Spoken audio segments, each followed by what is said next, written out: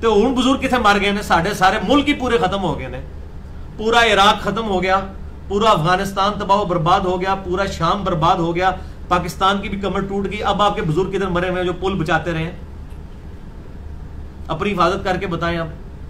تو سب یہ جھوٹ ہے میرے بھائیوں, اس طریقے سے نہیں ہوگا. ایفرٹ کرنی پڑے گی. اللہ تعالیٰ نے دنیا کو بقدر ایفرٹ رکھا ہے. یہ سارے معاملات تو صحابہ کرام علیہم رضوان کے ساتھ نہیں ہوئے ہیں, ان کی بھی جنگوں کے اندر کیا معاملات ہوئے ہیں. یہاں پہ کہتے ہیں بزرگوں نے ایک نگاہ ماری جناب ہے کر دیتا, اور وہاں آپ دیکھیں صحابہ کرام علیہم رضوان کی گردنیں کٹی ہیں قتال میں, آنکھوں میں سلائیاں پھیری گئی ہیں, کان کاٹے گئے ہیں, زبانیں کاٹی گئی ہیں, جسم کے ٹکڑے ٹکڑے کیے گئے ہیں.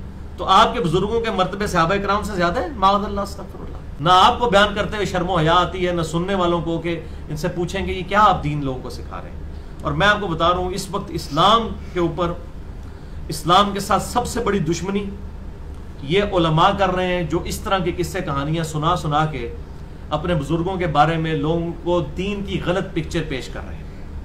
اور اس کا نقصان یہ ہو رہا ہے کہ کتنے غیر مسلم ہیں جو اسلام کا پھر مذاق اڑا رہے ہیں. میں تو اب میڈیا کے اوپر دیکھتا ہوں, میں حیران ہوتا ہوں کتنے لوگ ہیں جو اسلام چھوڑ گئے ان صوفیوں کی وجہ سے.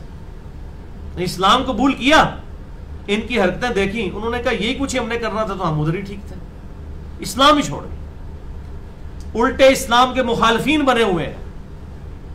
ابھی تو میں اس ٹاپک کی طرف آ نہیں رہا ہوں, ورنہ انسان پریشان ہو جاتا ہے کہ ان لوگوں کے غلط ایٹیچیوڈ نے کس طرح اسلام سے متنفر کروایا لوگوں کو. بولے اعوذ باللہ تعالی. تو اللہ تعالیٰ فرماتا ہے لا یستطیعون نصر انفسہم, یہ تو اپنے خود حفاظت نہیں کر سکتے ہیں, اپنی مدد خود نہیں کر سکتے. ولا ہم منا یصحبون, نہ ہماری طرف سے کوئی تائید انہیں حاصل ہے.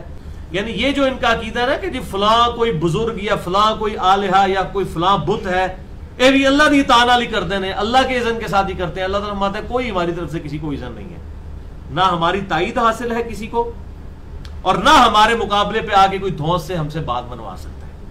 نیور, ہو ہی نہیں سکتا. یہاں پر بھی عجیب و غریب لوگوں نے قصے کہانیاں جناب مشہور کیے ہوتے ہیں. جی فلاں جناب بزرگ کے مزار کے اوپر جناب ادھر جناب کوئی چلا جائے تو کوئی شے ادھر چک لیتے, انا ہو جاتا ہے. وہ ایک وہ شیشم کی ٹالی والا واقعہ بھی آپ کو پتہ ہے کچھ عرصہ پہلے آیا تھا, جو ٹالی نہیں پنن دے. تو اس قسم کی باتیں لوگوں نے مشہور کر دی ہوئی ہیں میرے بھائی. یہ ساری کی ساری چیزیں اب میڈیا کی برکت سے قیامت تک انشاءاللہ یہ سارے جو ڈھونگ رچائے ہوئے تھے نا انہوں نے, اب یہ انشاءاللہ تعالی میڈیا کی برکت سے ننگے ہوتے چلے جائیں گے. اب کوئی بزرگ اس طرح کا جو یہ دعوے کرتے تھے جھوٹے, کوئی اس طرح کی چیز نہیں دکھا سکے گا انشاءاللہ. اس کی وجہ یہ کہ ہے ہی پہلے بھی ساری جھوٹی باتیں تھیں, ورنہ یہ اب بزرگ, اب تو ضرورت تھی بزرگوں کی. عراق کو بچاتے, شام کو بچاتے, فلسطین کو بچاتے, افغانستان کو بچاتے, پاکستان کو بچاتے. یہاں حالت یہ کہ بزرگوں کے اپنے مزارات کے اوپر آ کے بم مار کے چلے جاتے ہیں. بزرگ تو اپنی حفاظت نہیں کر سک رہے. اور پھر یہاں پر اگلے دن جناب وہ مجھے میسج آیا جی تحفظ اولیاء کانفرنس ہو رہی ہے, اور جناب وہ پریس کلب کے باہر جو ہے وہ دھرنا دیا جائے گا تحفظ اولیاء کانفرنس. یعنی اولیاء کی حفاظت ہوں تسی کرنی ہے. پہلے تسی کہتے سو بزرگ ساڑی حفاظت کر دینے, اب اولیاء اللہ کی آپ نے حفاظت کرنی ہے, ان کے مزارات کی آپ نے حفاظت کرنی ہے. بزرگ جو اپنا مزار نہیں بچا سک رہے, ہم کنڈیم کرتے ہیں, اس طرح کی حرکتیں نہیں ہونی چاہیے. لیکن اس کا دوسرا پہلو بھی ہے کہ پھر میں نے ان کو کہا میرے بھائی یہ آپ جو احتجاج پریس کلب کے باہر کر رہے ہیں نا, یہ بزرگوں کی مزاروں کے باہر جا کے کریں کہ اتنے نذرانے چڑھائے آپ کے درباروں کے اوپر, تسی اپنا مزار کی حفاظت نہیں کر سکے. اللہ لو کتنے ستے سو, مطلب ان سے احتجاج کریں نا. آپ پریس کلب والوں سے کیوں احتجاج کرتے ہیں, جا کے ان کے سامنے کھڑے ہو کے گورنمنٹ سے احتجاج کیوں کرتے ہیں؟ بزرگوں سے کریں جن کے بارے میں آپ کا یہ دعویٰ تھا یہ آپ کی حفاظت کرنے والے ہیں, وہ تو اپنی حفاظت نہیں کر سکے. سب جھوٹ مشہور کیا ہوا ہے. اس طریقے سے کوئی چیز نہیں ہوتی.